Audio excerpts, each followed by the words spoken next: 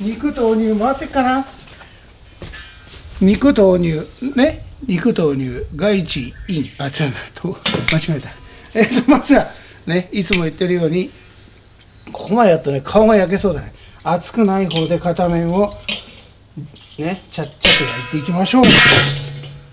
どうかな。はい、1分。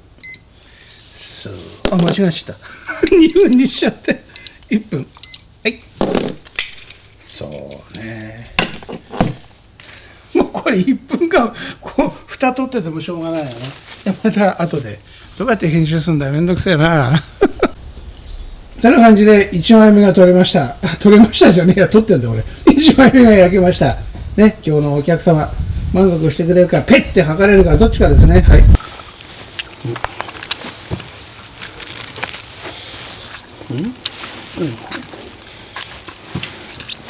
いやいやいやいや、待てな。いやいや、手にソースが。手にソースがしゃぶってくださいという感じでね、まあこちらは、ステーキをいただきながらやっていきましょう。さっき何話したっけ、大久保さんだっけ。大久保先輩ってね、まあ俺は本当好きな役者だったってもなくなっちゃったからね。そうですね。そうそうで、まあその人がいただきますね。どう眉酢でもいいね、このままでも。いや、このままで、いやでもうまいねうまいね。いや、これ本当美味しいあ、本当、まあまあ、うまいうまい。今日は国産牛を使ってみましたいや、なんだろうな、プロデュース公演みたいなのがあって。そうですね。そうそうで、まあ内容的にはちょっと、まあ俺にとっては難しい内容だったんだけど、難しいってか分かんないんだけど、まあその小屋がね、まあ、小屋って劇場ね、まあ、紅さんピットっつって、まあ紅さんって糸屋、何あれ、生地屋。いや、もともとでもあそこってあれですよ。貿易だって映画スタジオだったとこでしょ、あれ。その前はそうあで、蜷川が使ってた。そうそう、俺知らなかったんだよ。蜷川さんが使ったのだから、その劇場になってからじゃないですか。あ、その前なんかそうなの。だから映画の撮影スタジオだったんですよ。そう知らなかった。あれだからなんだろう、大谷雅子さんのいた帝人みたいな、こういうさ、ああいうところの倉庫かなと思って、まあ錦糸町の先にあるんですよ。でそこに立ちたくて、応募してね、行って、あそこね。で大久保さんとね知り合って。そう、大久保さんっていうのがだから僕がいた劇団の先輩だったわけですね。ああ、そうだね。あれどのぐらい離れてるの？結構俺より上だったよね。いや、そうですね。今生きてたらいくつだったんだっけな。70、そうですかね。まあスーツに食べる。そう、それで手伝い行ったらそこで一緒に出てたのが河野さんだったのね。バラシの時来てくれる。そう仕込みちゃんバラシだよね。大久保さんがちょうど劇団辞めてね。ああ、そうか。確かそうだで、なんかなんだろう、なんかお手伝いしたいなと思ってた時のやつだったと思うんですよ。そうなんだ。いや、大久保さんね、そう。いや、だから親が大したまあ本当にペイペイの今でもそうだけどさ、駆け出しの頃で「いや外地お前役者だよ」っておっしゃっていただいて、これはちょっと気抜けねえなで、まあね、アングラって一言で言っちゃいけないんだよ。別にアンダーグラウンドって芝居があるわけじゃないからね。新宿どこだっけ、蜷川とあれが多分地下のとこ、新宿なんだっけ、忘れちゃったまあいいや、そう、地下の劇場で清水国夫とまだ若き頃の蜷川がやったのなんだっけ、どこだっけ、アートシアター塾とか。アートシアター、そう俺はあそこ映画しか見に行ったことないんだけどさ、まあね、まあそういう意味で、まあ決していかん、座長の名前忘れちゃった、ずっと年賀状やってたのにまあ真面目な方で本も書いて演出もなさってご自身も出てらっしゃって、いいんだけど、最初になんかこう暗がりなんか立ってみんながこう立って下向いて光が当たったら「それではそれでなんとかなんとかね」っていうのがねあるんだよ。なんか俺それ分かんないですよ。それ笑っちゃいそうでさ。いや、あれでもあれでしょ、なんだっけ、大学のつながりだったんですよ確かね。知らない。いや、だから大久保さん大学の先輩でしょ。あ、そうなんだ。そう。あ、そうなんだ。それでだかららしいですよ、だったと思うんですけどね。もう俺がいたらもう大久保さんと、みんながいて、で入ってきたところでなんかな。そうそうそうそう。全然わかんないよ。なんで逆にそこにコンさんいたのかなっていうところだもんね。のオーディションかなんかで行ったんだよ。誰も違う、誰かのね紹介やった忘れちゃった。全然覚えてない。でもあれでしたよ。だけど大久保さん結構ねずっとコンさんのこと言っててさ、本当、マジですか、嬉しい。外地元気なのかでほらだからピンクとかで一緒になってるって話は知ってたからね。そうそうそうそうそう。会った時聞かれたりしてた。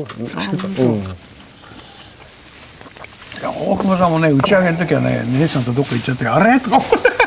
芝居の話が行っちゃうのやめてくださいよそれ。いや別に行かないよ、別のところに飲みに行っただけど、周りがそれだけ慕ってたんだよ大久保さんが。そうですね、なんか若い人にすごく好かれる方だったですからね。いや、それだけのもう示すものがあったんじゃない。いや立ち姿が綺麗なんだよね、スッとしてかっこよかったですよね。だからその某劇団の座長の相手役みたいなのをやってたって聞いたからさ、そういう立ち位置が分かってんだからね。それもあってさ、まあでもちょっとね、時が過ぎるのは早いですね。本当だよね。今でもさおせんべいでガチョーって言ってくれそうだし、いやかっこいいんだよ。だからそういう本当だから俺らもっと前の人は本当その大変な時代の進撃じゃないんだけどさ、そういう舞台の世界を知ってる人はあれなんだけど、やっぱりかっこいいんだよ、なんていうかね。かっこいい人でしたね。でも河野さんって、ピンク出たっつうのはだからどういういきさつだったんですか。ピンクはピンク色の花の下で喋るとして、ここでは言わないって言ったじゃないか。そっか。まあでもだってその話だからそのつながりになるのかなと思ったの。それは向こうっていうか、なるほどね。多大な量を取らないと。せっかくそれマジで結構量取る。長尺回すんですね。ガンガン飲んで。で後で見て「こいつ編集ってしねえのかよ」って言われるぐらいマジだだ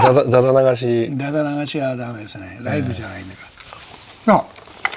食べて次も焼くんだよ。こんな感じで話をバンダもないですが、肉焼きますんで一回食べます。ってな感じで2枚目の肉はどうですかこれ。うまいですね。ちょっと油少なくてさっぱり感。さっぱりしてて美味しいこれ。まあね。うまい。よかったよかった。このソース合いますよね。本当？安い、めっちゃ安いやつ。うまい。このさっぱりしてうまいですね。ね、玉ねぎやんないとね。大久保さんという役者がいて、これから何年会ってないっていうともう桜の下の話になっちゃうよね。まあそうだよね。再会した時にね。あれから会ってないもんねずっとね。でも俺ピンク行ったのがいつだっけな。俺でも30でも23だよ。いやそんなことでもっと言ってたよ。つうかだけど俺より先輩なんですよね多分ねコンさんの方が。本当だよ。いやそうだと思うよ多分。だって俺が行った時に、もうシネキャビンになんか洗剤貼ってあったもん。あれだから出てないから中村さんが「あちよ晴れよ」って言ってシネキャビンっていうのは録音スタジオで僕らがね、お世話になったね。監督も行ってるとこだし。そうなの？そうだよ、そう監督あそこシネキャビンの飲み会出てたってよ。そうなんだ。俺会ったことない。いや俺もお前にかかってるね。そうじゃだって俺らの前で撮ってたわけや。おずまれてこうやってみんなでこうやっていやびっくりしたね。だからあれだなんだっけあれの前身の銀座スタジオでしたっけ。その時にだから中村さんのお世話になったとかっていう話なんじゃないですか。そうでもシネキャビンにも来てたさ飲み会に来て。それはだってあれだったじゃないですか。某監督某有名俳優も来ましたもんだって。そう一緒にほらいた時だもんねあの時ね。いや違うよ俺いなかったのその時。そうなんだっけ。あれでしょなんだっけ俺の AV に出てくれた自称物書きのやつがほらとか言っちゃいけないからなんかやって暴れて川崎博之が止めたっていう。俺あれでいなかった。いやそれはその時じゃないよ。違うんだ。それはねその後のその翌年の時だよ。俺千葉さんから聞いたんだよ。なんか若いやつらが「おめえどうせ」とか言ったらすげえことになったっていう。だからなんだっけ俺名前忘れたからボーって言ってるけど亡くなったら誰だっけいやそれはまああれなんだけどいや違うそこはそこでだからあれだったんですよどんどんピンクの話だヒデキャビン言っちゃったらもうピンクいやだってそれしょうがないじゃないですか結局間合ってないもんね間合ってないからいやピンク終わった後何十年ぶりかにいや俺だけどあの洗剤見た時に、あの時の河野さんと同一人物と思わなかったわけよだから分かんなかったからさ会って久しぶりだねって言われた時ああと思って本当だよねいやそうとか思ってそれはね柳俊さんとかもそうなのあれは投資って言わなきゃいけないのあいつは俊さんなんで俺通りかと思った投資ですよ投資なんだよね、通りいつもはいって言うからさあいつ投資だ、あれがねだからちょっと話飛ぶんだけど、LV 誌の俺出た時にすごい存在感ある女優さんがいてさなんか前の LV 誌でも出てて挨拶したらどうもすみませんお先に失礼しましたどうもガイさんいらっしゃったんじゃないですかってあれと思ったら投資の神さんそうなんですね存在感あるだろうで俺芝居で絡みなかったからすみませんお先に失礼いたしますとか言って帰ったんだけどどうしたらいらっしゃったんですかって言われていやこれそんな名前知れてねえやつってさメールちゃんと来て実はね家内のですよく2人でたまによくちゃんたまにお話ししてますとか言って本当かよそうなんだいや俺お目にかかったことないんですよ実はどこも現場でしかないけどね俺現場でもお目にかかってちょっとね声かけて茶でも飲もうかなと思ったらおやよかったやんなくてそういう人だもんね違うよいやそれはまた後だまあそうかいろいろみんな盛られてるから話はいやそこは別に持ってはいないからね当時がだから当時さんと再会した時にもまた別の先輩のね芝居に出てたのを俺見に行ったりとかあったわけよそれも大久保さん出てたのよそうなんだそんだからおかしな話なんですよで狭いかなだから当時さん久しぶりにこう会った時にお前俺声かけてあれしたのに全然お前俺のこと覚えてなかったっつっていまだに言われるんですよ俺もそうだもんピンクで出た時どうもガイさんとか頭回ってたんですよ養成所で1個下だったんですよいやそういうのとまた違うじゃんだってそういうのまた違うんだけどガイさん有名ですよ養成所の俺の昨日女全員に声かけたって今でも伝説でうるせえな声かけたっていいだろうっていう話をしましたねいや聞いてますね何年か前飲んだんですよあれ冬だったっけねだから俺と千葉ちゃんとで投資っていうのがね共通の役者友達とあとあれだよお父さん有名な人とかで呼んだんだよねそうあれとか言っちゃいけないあれひどいんだよなんか俺テレビのなんかその後なんか再現のやつで出てて、あの人はなんか別の役で、ねすっごい待たされてそうなのいきなりメール来て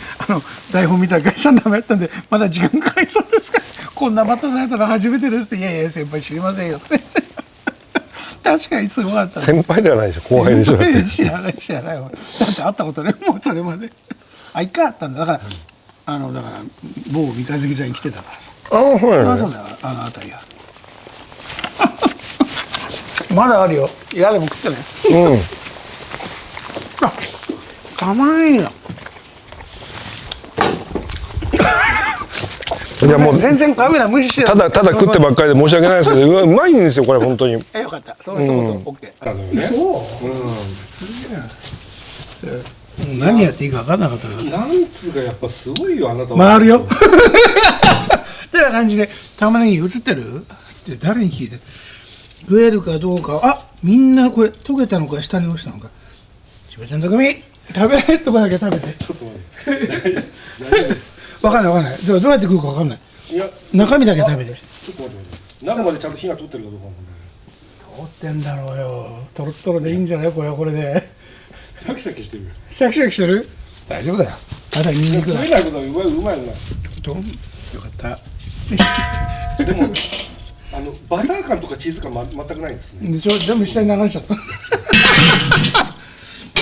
これポン酢かけて食ったらうまい好き食っていやそれ酢味噌いいかなと思って買ってみたの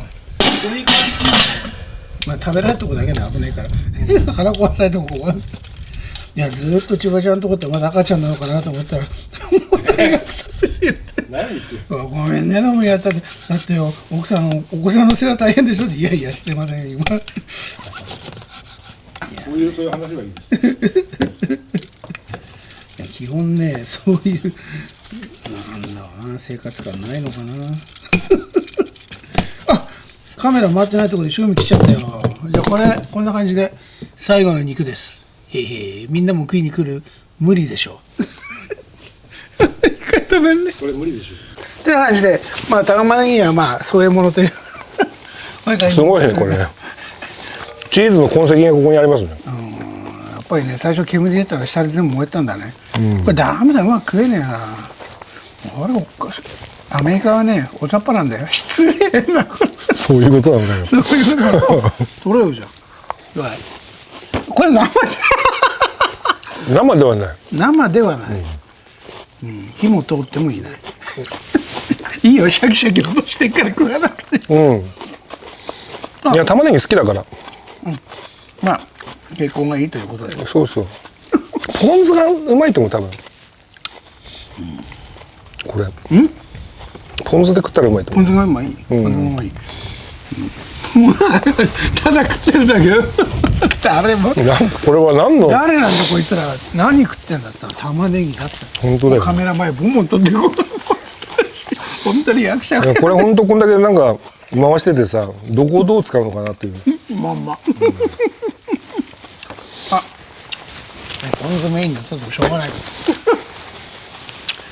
いやーでもね河野さんも YouTuber になっちゃったからね。何あ河野さんって言って河野さんなんですよねこの人は本当は。いや、本当も嘘も私はそうもう外チャンネルだから外地ってもうねあれでしょうけど。いやだから、俺はだから AV 入る時にもうこれは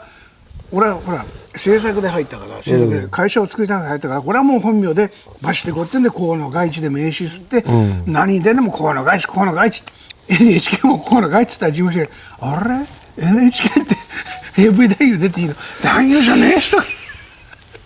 でまあそうも言ってらんなくてもうねホニー損保が人のやつを引き下ろしやがったからそれ喋っていい話なの。前にも言ったもん。あそうなんだ。ほんでまあねこの狭い世界前からローマ字でいやだけど悪いことしてるわけじゃないからね。当たり前それ。まあねいや河野さん自身がよ。業界も悪いことしてる。いやそれはちょっと悪いことしてるよ俺は。そうかしてんだ。あんま自覚ないだけ。それはまた向こうで。まあまた向こうで話す話がなくなっちゃうね。全然あるよピンクだって今だって今度ピンクの話するんだってピンクって何ですかっていう人多いから。でしょうね。だからまだあるんだぜ。でも大体俺が一つでピンクの方に話自分でしてるから。自分でしょ。もうだからその方がまあピンクで再開して終わって、それからまたしばらく両方ともまあいろいろ諸事情がピンクでなくなって。まあ諸事情があったとかつわけでもない俺の場合はないんだけどね。だから俺も事情はないけど特に呼ばれなくなったから出なくなったみたいな感じだったんですけど、特に売り込みもいかないまあそれは最初からしてないんですよね。やっぱ横にいないと向こうもさなんかね別になあなあで取るもんじゃないけど、やっぱり通過までいかなくてもある程度分かってくれてるという信頼感のもとにいかないとさ時間ないからねっていう話になっちゃうとピンクがフィルムでって言うと向こうの先でそれで、まあ彼はまあもうどういう役者としてカンカンやってる。いや全然カンカンなんかやってないですよ。下の方に潜ってこう AV の方やっててそれでしばらくしたら俺が出た「悪い女はよく稼ぐ」という映画で見にしていただいたんですよこの千葉先生に。いや何が先生すごい良かったですよね。面白かったです。いや河野さん良かったですよ。ああいうだから昔のプログラムピクチャーって今の人は知らないからさそういうものじゃないんだけどあれがあって本編があってってのがあったじゃないですか。そこで東映でバリバリっていうかやってた監督だから春さんっていうのはだから一番有名な夜逃げ本舗あれ撮ったね。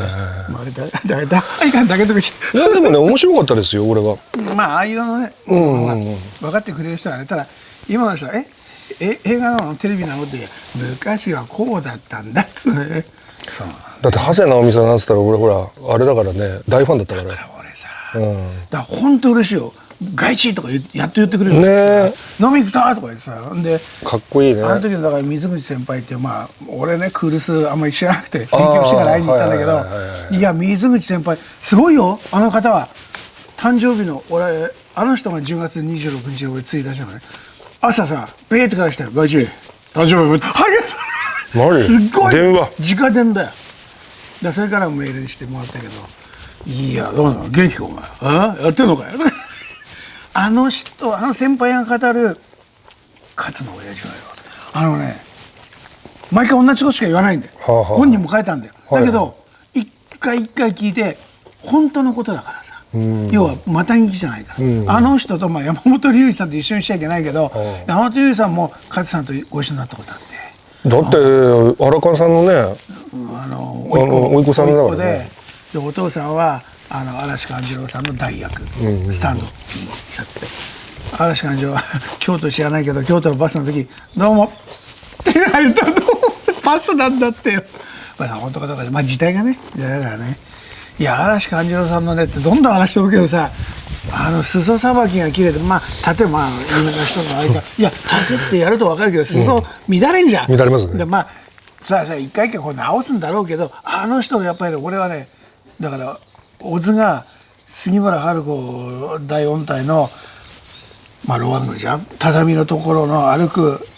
足さばきとは言わないけどそれがいいって言ったのと同じように同じか分かんないけど俺は嵐勘次郎の裾さばきが綺麗な。要するにあれですね、足さばきが綺麗なんでしょうね。綺麗なんだろうね、でバンツマのダーンっていったとこも好きだけど、オロチなんてだって上からさなんか大道具さんが投げたんじゃないかというなんかはしごみたいなのが行くんでヒャッて避けるからね。あれはそれを高弘さんは求められて最初嫌になっちゃったんだよね。だから要はバンツマのまあそっくりだからさ、それで行けって言われて、だってあの人あれでしょ、なんだっけ三菱系統の大学出て商社かなんか入ったんだけど、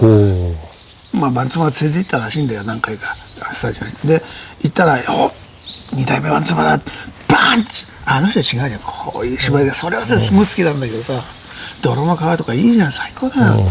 だから何度かしらそういう感じで聞いちゃったけどいやいや本当いやだからバンツマもう大好きだね。だからバンツマだから破れたことかさあの辺りとかさ、いいよ。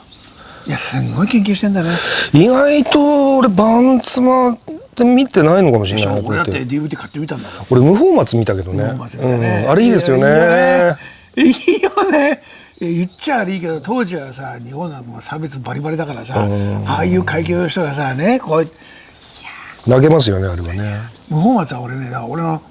友達の堀内ってやつが大衆劇行ってて沢隆二さんのとこにいて沢隆二さんの先に見てんだよ。あれでね面白い。ハエがすげえすごいですね。そんないなかったのよな。寄ってきた。オーストラリアか行ったことねえけど俺も知らないいやバンツマは違うの。高木戸さんが一冊だけ本書いたのよ、親父バンツマみたいな、それを読んじゃったらなんかねあんまり家で話す暇もないんだろうけど話さないで台本ね終わったら京都の、庭の隅行ってガンガンって言わないけどさあれね一斗缶に火やってブツブツ言いながら焼いてんだってさ、だから終わったら次に行くんだろうって私は理解しましたって言った時さ、当時バンツマ無声時代から来た人じゃん、あの人もねもう喉バリバリダメになるほどね稽古したらしいよ、だからそういうのはこの間シェイクスピアいい声してた大したもんだ。喉つらかったなんて分からなかったリア。はい返答いやきつかったですね。きついね。まあそれはそれでいやまあ何年か前の夏にシェイクスピアリア王にねご出演なされてケントというねいい役だよね。そうですね役はいいですよまあ本当はリアいいんだけどさ俺も山崎さんの本は読んでけど見てないんだよ。あれは素晴らしい本ですよね。そうどんどん話しとるけど、うちはこんなもんなんだよ、ね、やっぱり芝居が根本好きってのはおかしいけど好きでそれが自分できるかいや分かんない。でも先立ちですごいのがいたら別に盗もうってわけじゃないけどさただそれ見て感動するんだよねうちはね。そうですね。そう別にだからこうやってだってさ、なんか盗もうと思って見たらしばらく面白くないよ、映画だってそうじゃん。そこで感動した時にあれ何だったんだろうって、それは普通の人とまた違って見ちゃうよ、そうやってね。加藤健とか言っちゃう、加藤さんとも一回会ってさ、本当にもう全てやればいいじゃんとか言ってくれて、本当と思ったらそのばかりだったけどで加藤さんがだから嫌だと、友達の葬式行って泣いてる自分がいたんだけど、そこをふって上から見て有名な話じゃない。ね、俯瞰してるさ、あれ見て、いやいや、でもそうなんだよ、そこまではさ、それあれでしょ、あの本って俺ら若い頃結構ね。そうだから俺これ見て読みました。役者やったんですって、あ、そうおじさんいいじゃんって、俺若いんだあれ、どう見ても40代ぐらいしか見えないんだもん、70近いのにさ。でさ、下北でやっぱりなんかフェイスブックで知り合ったあんちゃんのもうどうしようもない一人芝居見に行ったんだけど、したらさ、フットワーク軽いよね。その後やっぱりその前言った香川事務所って言っちゃったところの先輩の金子さんで言っちゃったあの先輩がずっと片毛のとこ出たのよ。ちょっとこのとこ体調子なくて出てないんだけど、でごちゃん楽屋おいでよ、加藤さん紹介するって言ったけど全然覚えてなくてさ。そうだよ。だから俺ドレッサーは三國さんの見て加藤さんの見てるわけよ。だからもう感慨深くてさ、マジかドレッサーだった。あれ初代のドレッサーが加藤さんだったんですよね。そうだよね。でなんか次からエモさんが山さんってやってらっしゃったの。ごめん、江本明何回か見させてもらいました。どこがいいか分かんないとか言った。いや面白くない、分かんないよ。だから舞台まで行ったよ、金払って俺。いや僕は尊敬してますけどね。こうやって亡くなった小林監督、小林なんだっけ、正弘監督の「ハルトの旅」っていう、中台さんのあの時の山本さんはね、中台さん殴るんだよ、バカーとか言って、それがさ、受ける中台さんもよかったよ。中台さんまだやってっからね、92か、僕の一つだったな。中台達也はね、いいっていうか、もうあの人はすごいよ。自分で臭いとか死んでもいかないけど、エンターテインメントがこれでいいんだろうと思って言ったってどっかでおっしゃってたんですよ。あ、そうなんだ。だから前言ったよ、この間ね、だから最後にね、沖田千住見に行ったのよ。なんていう棒に風呂、命棒に風呂、そう見に行ったのよ。もうなんかね、周りがねいなくなってた、みんな。その前の俺たちは天使じゃない、それ見た時ね、これが自分の劇団かっていうのがね、ピッ息があってさ、もうびっくり、中谷さんを支えてるなんてもんじゃないよ。そんなことで死んでもできないから、舞台じゃもうピーンと這い詰めるぐらい怖い先生らしいが、だけどこれが普段やってる強みかっていうね。いや別に芝居で一体感なんか必要ないんだけど、でもね、隙がないっていうか、なんて言ったらいいんだろうな。いやまあなんか言わんとしてることは分かる気が、あの時だって袖行ったら人工呼吸したって言うんだけど、そういう人工呼吸って酸素吸入エクモじゃねえ、人工呼吸それすごいよな。やばいよ。酸素吸入したって言うんだけど、それをもうやってるわけじゃんみんな。だけどもうスカーンとさ、いやさプロだから当たり前なんだけど、あれはねすごいですね。そういうためにやっぱりね、普段いて長井さんが何か言って最近入ってくるやつが好きな俳優はって言うと、いいんだけどもう政治でも泣かないだぜって言ってくれないのかな。で俺さ AV の現場で無名塾だったやついて、であんたクソみたいなとこいたからって、お前戻れよとか思った。そんな人いるんだ。いるよ。で俺もしゃれ1回しか会ったことなくて、どうもとかも言われて、いや実はねっつったら、マジっつって、いやお前何学んできたの、3年間ちゃんといたの、バイトしないでいられたの、分かんないけどさ。でいやあと中谷さんすごいな、中谷さんの中台御堂、無名塾、あそこ行って映画を見て中谷さんのスピーチを聞かれて3500円ってのがあるんだよ。一回行ったんだよ。ほいでさ、その時命も見て「どうも中谷です」「いや知ってるよ」ほいで来てさ「いや先生もう本当に殴られるんじゃないかと思うよ」とかよ女優言っててさ、面白い、3500円だよ。初めて無名塾入ってさ、このトイレみんな熟成がほいなんかもう円入った時はそういやそうか、河野さんあれだもんね、円の研究所みたいな。円なんて養成所だけど全然だからでも岸田京子さんにもねちょっとお世話ったし、もちろんね今ね縁の新宿にあった時ですよね。橋爪さんにもは勝部さんね贅沢な話ですよね。えねえそうか進撃出身なんだもんね、そういう意味で言ったら。進撃長かったんですよ。園行って東園行って、でその後だから港座っていうとこ行って、まああれはちょっと、進撃じゃないんだけど、で自分で劇団やって潰れてって感じだよね。劇団やってたんだっけ？ザ・ MM カンパニー。あまりにもわがままだからみんないなくなっちゃった2回しか公演してないから。2回もやってんだ。銀賞で働いてる。銀賞懐かしいですね。銀賞に銀賞の舞台を海の砂でいっぱいにしたっていうのは俺はもう語り継がれて、一つも残すなよって温厚な小柳さんに言われて「あれした!」だって2トン4トントラック1台半で材運んで、いざ階段入んなくて切って入れて中で来るマッドマックスその後みたいなの撮った。今思えば俺天才だ、俺が考えたんだから。要はロボット AI が進化して感情を持っちゃって、それが捨てられた、それを賞金稼ぎであるバウンティーハンターが借りに行って、こいつらは人間の感情はなくてこいつらに本当の相手の教わって初めてアンドロイドの間に子供が生まれる。その子供が私のパパとママの話を伝えて始まる俺天才じゃんとか思うそれでマッドマックスその子で第三次世界大戦、これは核の争いであった。ブワーッと一面砂が後ろ幕がバーッてやってさ、でそのアンドロイドの故郷行くと幕が振り落としてバーンっていくと岩と花でブーッってしちゃって、みんなお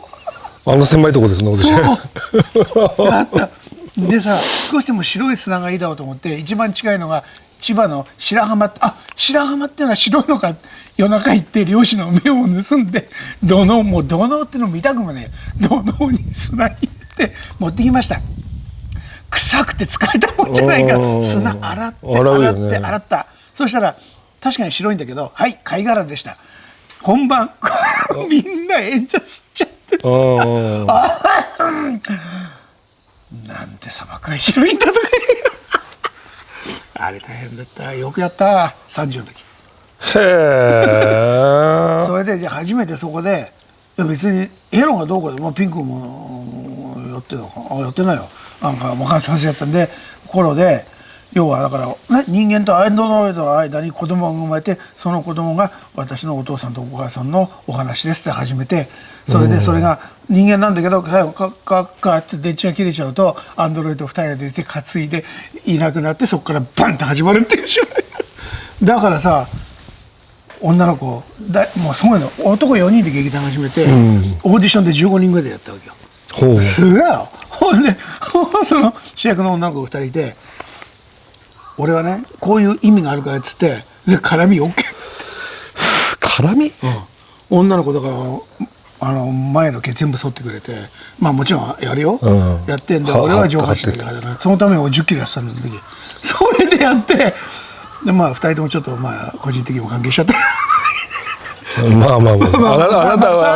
なたならそうだ、人だけに住んでたいいんだけどさ、そうだからそれをやるって、そうしたらさ、いやここでヌードが見られるっていっぱい来てくれたけど、見たらみんなそれなりにね面白がってくれてよかった。腹大変だった。1人60万出して4人で。よくやったよね。俺と堀内とおたてばかともう一人山ちゃんっていうと、だって全部だって当時俺は分かんなかったけどバブル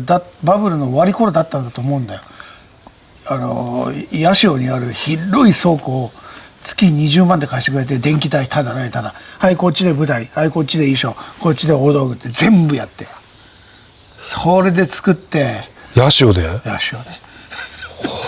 そんなこと遠くないそうか、当時住んでたところからそんなところで、いやそうでもなかったけど、そこにみんな通ってさ、それで稽古して、ですごいっすね。演出家がいないってどうするんだって、動いちゃやってよって、っつって演出家っぽいことやって終わった、なんか忘れてんの、自分の芝居忘れてんじあれは怖かった。でもね今思うけど、要はだからまあ比べちゃいけないですけど、あれなんだっけ、大阪の有名な劇団なんでしたっけ。いっぱいありますよ。南河内技いいです。いやいや、そうそう、新幹線ですか。そうですね、新幹線みたいなことやってたわけですよ。縦細長く。だから剣一つ作るのに、もう東急ハンズ行って3万円ぐらい出して全部型から作って、銅のようなスプレーを貼って、それを全部当時付き合ってた美術系の姉さんに全部作らせて、ポスターも作らせて、衣装も全部作らせて、アンドロイドで出てくる顔の特殊メイクは呼んで「ガイちゃん飯が食えない5万円カロリーメイトチューチューで」とか言ってすごいよ。で最後にその時これ買ったのよ。その時に焼くっていうのは、まあ善玉でも悪玉でも絶対別の面があるだろうっていうのをわざわざ海まで行ってスチールでやっとこと取って、それをスライドで流しながら俺が歌みんなでギター弾いて全然違う役者というんじゃなくて一歌い手として歌って、それをボンボンボンボン流すっていうのをやった。大変だったよ本当。